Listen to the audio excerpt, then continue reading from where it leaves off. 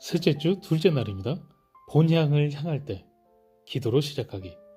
주 예수님, 오늘 저와 동행해 주시기를 원합니다. 주님 앞에 고요히 앉아 당신의 사랑과 은혜를 느껴봅니다. 때로 저의 인생에 힘든 계절이 찾아옵니다. 하지만 힘들 때나 좋을 때나 저와 항상 함께 해주셔서 감사합니다. 제가 감당하기 어려운 짐들은 주님이 대신 져주시리라 믿습니다. 오늘 제가 읽는 성경 말씀 속에서 주님의 음성을 듣게 해주세요. 주님의 진리를 저의 마음 깊은 곳에 심어주세요. 주님을 사랑합니다. 예수님의 이름으로 기도합니다. 아멘. 5딸은 서로 우애가 깊었고 부모님을 사랑하는 마음은 그보다 더 깊었다. 책임감이 강한 성실한 아버지와 유쾌한 어머니는 딸들이 무조건적인 사랑을 받으며 안전하게 자라도록 정성껏 가정을 가꾸었다. 그래서 딸들은 각자의 독특한 은사와 재능을 마음껏 발휘할 수 있었다. 이 가족은 함께 울고 웃으며 함께 기도했고 하나님 나라와 다음 세대를 위해 열심히 노력했다. 그러나 부모님의 상황에 변화가 생겼다. 두 분의 기억력에 문제가 생겼고 증상이 점점 더 심해졌다. 제때 약을 복용하지 않거나 병원에 가야 할 날짜를 놓치기 일쑤였다. 생애 처음으로 공과금을 낼 날짜를 놓쳤다. 그렇다면 운전은 제대로 할 수 있었겠는가? 딸들은 연로한 부모님 때문에 걱정스럽고 불안했다. 가족 회의를 열어야 할 때가 되었다.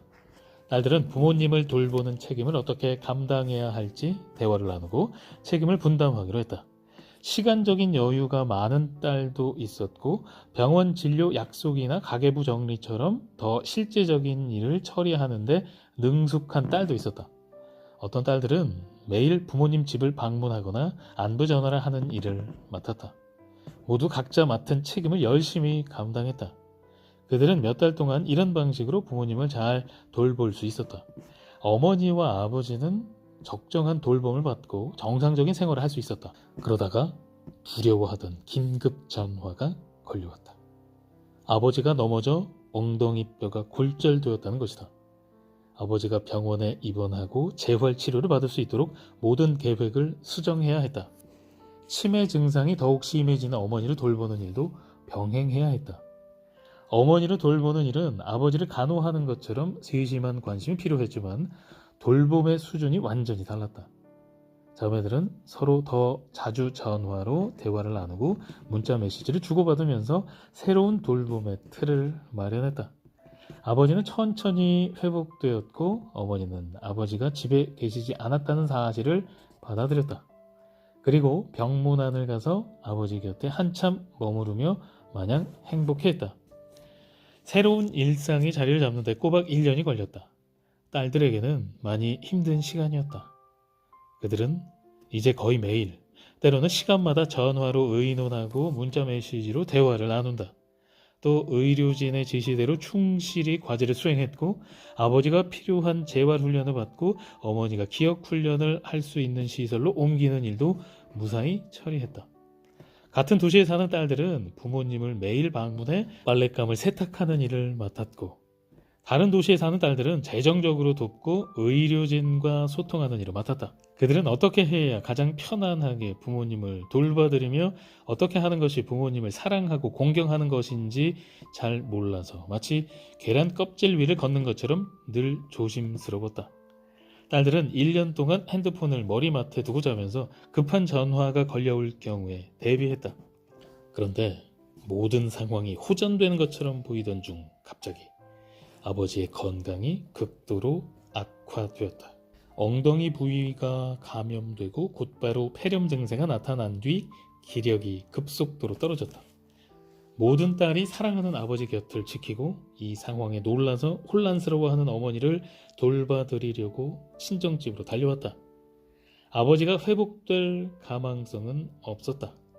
2주 동안 느리지만 꾸준히 기력을 잃어가시던 아버지에게 마침내 임종의 시간이 찾아왔다. 딸들은 아버지의 침상 곁에 모여 36시간 동안 찬송을 부르며 눈물로 기도하며 아버지를 얼마나 사랑하는지 말씀드렸다. 누구보다 멋진 인생을 살아온 아버지와 관련한 추억을 이야기하며 아버지가 얼마나 소중한 분인지 다시 한번 들려드렸다. 그리고 마침내 더는 호흡도 심장 박동 소리도 들리지 않고 방 안에 오직 침묵만이 감도는 순간이 찾아왔다. 인생의 겨울은 죽음의 계절일 수도 있다. 죽음은 더는 피할 수 없을 때까지 되도록이면 피하고 싶은 주제다. 지금 당신이나 사랑하는 이가 죽음을 앞두고 있거나 아니면 건강이 계속 악화하고 있는 중일지도 모른다. 아마 처음에는 도무지 받아들이고 싶지 않을 것이다. 하지만 더는 증상을 무시할 수가 없다. 병원에서 검사하고 진단이 내려지고 치료 방법에 대한 설명을 들었다. 하지만 마음은 여전히 안 돼, 사실이 아니야 라고 외치고 있을 것이다. 솔로몬은 인생이 짧으며 모두에게 죽음이 찾아온다는 사실을 인정했다.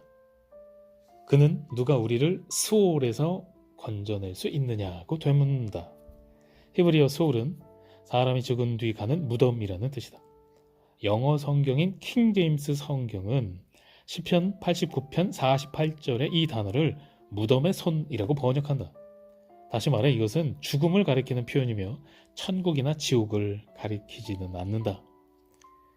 죽음을 피할 수 있는 사람은 아무도 없다. 우리에게 보장된 시간은 오늘 바로 지금뿐이다. 우리 육신은 쇠약해지고 병들어 결국 먼지로 사라지지만 하나님의 사랑은 영원하다. 과거에서부터 미래로 그리고 영원까지 이 사랑은 변하지 않는다. 하나님의 사랑만큼 좋은 것은 없다. 하나님이 바로 사랑이시다. 이 사랑의 힘이 우리를 요람부터 무덤까지 지켜준다.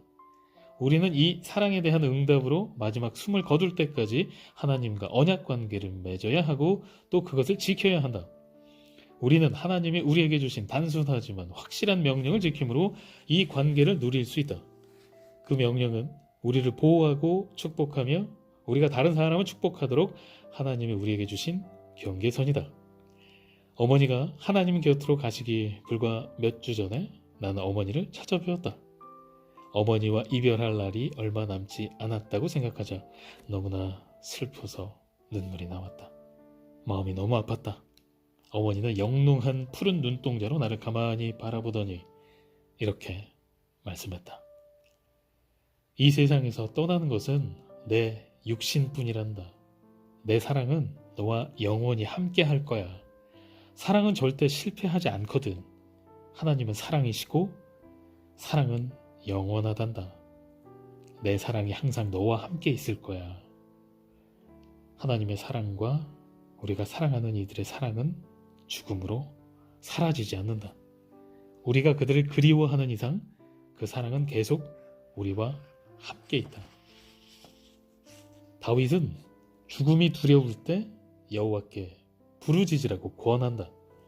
성경은 죽음이 다가올 때 극도로 괴롭고 고통스러울 수 있다는 사실을 숨기지 않는다. 죽음은 자연스러운 것이 아니다. 하나님은 우리를 영원히 사는 존재로 만드셨기에 우리는 죽음이 잘못된 것이라는 사실을 본능적으로 알아차린다. 인간의 타락으로 하나님이 창조하신 에덴 동산에 죽음이 찾아왔다. 그러나 다윗은 죽음을 두려워하는 자신에게 내 영혼아 마음을 잠잠히 하고 하나님 안에서 누리는 안식을 다시 회복하라. 하나님은 항상 너를 선대하셨으니 지금도 그렇게 하실 것이다 라고 말하기 시작했다. 다윗은 하나님이 죽음에서 자기 영혼을 건져주실 것을 알았다. 그러나 하나님이 그의 육신이 죽지 않을 것이라고는 말씀하지 않으셨다. 육신은 이 땅에서만 필요한 것이다. 영원하지 않다. 쇠약해지다가 결국 썩어 없어진다. 흙으로 만들어졌으므로 흙으로 돌아갈 것이다. 그러나 우리 영혼은 영원히 살 것이다. 다윗은 아버지 되신 하나님과 인격적인 관계를 누렸으므로 육신은 썩어 없어지더라도 영혼은 안전하다는 사실을 알았다. 날로 쇠약해지는 부모님이나 배우자, 자녀나 형제 자매를 속수무책으로 바라봐야 하고 심지어 자신의 죽음을 앞에 두고 여러 결정을 내려야 하는 때가 온다. 그 과정이 느리고 시간이 걸린다면 자신의 인생을 뒤돌아보는 시간이 시작된다. 죽음은 아직 멀리 있는 것처럼 보이고 어쩌면 생존할 수 있다는 희망이 보일지도 모른다. 그러다가 육신이 점점 쇠락하고 있음을 받아들여야 하는 날이 온다. 몇 년이 걸릴 수도 있고 단 몇 개월 안에 이런 일이 일어날 수도 있다. 이런 때가 오면 지나온 세월을 감사하면서 맡은 일을 마무리하고 인생을 정리해야 한다. 간병하는 사람뿐 아니라 죽음을 앞둔 사람 역시 더욱 자기를 돌아보며 성찰하게 될 것이다. 자기 인생에 더 감사하게 될 것이다. 사랑하는 이들이 아직 예수님을 영접하지 못했다면 이때는 함께 신앙에 대해 이야기하고 복음을 전해야 하는 중요한 시기다. 강요하거나 판단하지 말고 예수님의 복된 소식을 전하고 주님을 알아가는 기쁨과 의미를 이야기해주라. 사랑하는 이들에게 진리를 전할 수 있는 적절한 말이 생각나게 해달라고 주님께 기도하라. 생명이 계속 연장되고 있다면 허락된 시간을 알차게 보내고 일생의 경험으로 얻은 통찰과 지혜를 기리는 시간으로 삼아야 한다. 임종을 앞둔 사람이 함께 있을 때 그가 보여준 지혜를 기억하고 나누는 것이 가장 좋다. 장례식이나 추모식 때가 되어서야 사랑하는 이가 용기 있게 행한 인생의 모험과 지혜에 대해 이야기하지 말고 지금 아직 살아있을 때, 아직 주님이 계신 곳으로 가기 전에 이런 나눔의 시간을 가지라. 죽음을 앞두면 여러 가지 심리적인 증상이 나타난다. 보호자뿐 아니라 죽음을 앞둔 사람에게 우울함은 자연스러운 감정이며 때로 죽음을 받아들이는 과정에서 꼭 필요한 요소다. 물론 이 시간은 견디기 어렵고 힘들다. 당사자와 보호자가 죽음이 임박했다는 사실을 받아들인다고 해도 힘든 감정을 처리하기가 쉽지 않다. 하지만 이 과정을 피할 수 없다. 우울한 기분을 덜어주려고 성경 말씀을 찾거나 격언을 인용하는 것은 도움이 되지 않는다. 그냥 보호자로서 옆에 가만히 있어주는 것이 가장 좋다. 말을 걸거나 조언하려고 할 필요가 없다. 부산하게 움직일 필요도 없다. 그냥 가만히 옆에서 차를 마시고 그가 대화하고 싶어하면 아무것도 판단하거나 비판하지 말고 마음을 다해 들어주라. 오래전부터 그렇게 담배 끊으라고 말했잖아. 혹은 운동을 더 열심히 했어야 했는데 와 같은 말을 하지 말라. 필요하다면 함께 기도드리라. 하지만 주님이 사랑하는 이를 집으로 데려가시려는 것이 분명하다면 병을 낫게 해달라고 울며 기도하지 말라. 그 대신 예수님과 그분의 사랑을 집중적으로 고백하는 기도를 드리라. 우리는 사랑하는 이가 주님이 계신 집으로 간다고 표현한다. 하지만 사실 집으로 간다는 생각이 들지 않는다. 사랑하는 이와의 이별은 상실, 고통, 버림받음, 슬픔으로 다가온다. 때로 사랑하는 이가 아직 생존해 있을 때 슬퍼하고 울 수도 있다. 그렇게 해도 괜찮다. 실제로 그렇게 슬픔을 충분히 드러내는 것이 좋다. 그런 마음의 상태를 밀어내지 말라. 이런 감정은 피하지 말고 충분히 표현해야 한다. 울고 싶으면 울고 눈물이 나지 않으면 울지 않아도 된다. 임박한 이별의 고통을 그대로 받아들이고 때로 너무나 슬퍼서 아무 느낌이 없어도 멍하니 그대로 두라. 오랫동안 건강하지 않은 방법으로 슬픔에 빠져 헤어나오지 못하는 상태를 두둔하는 것이 아니다. 사랑하는 이를 잃는 상실의 고통에 슬퍼하고 눈물을 흘리며 화를 내고 울부짖거나 아파하도록 자신에게 기회를 주라는 것이다. 사랑하는 이가 갑자기 사망할 수도 있다. 이것은 예상하고 있던 죽음과는 매우 다른 경험이다. 내 친구 중 하나는 2년도 안 되어 이 두 가지 일을 모두 겪었다. 친구 어머니의 죽음은 나의 부모님의 죽음과 매우 유사했다. 친구는 고령이신 어머니가 머지않아 천국에 가실 것을 받아들이고 기다리고 있었다.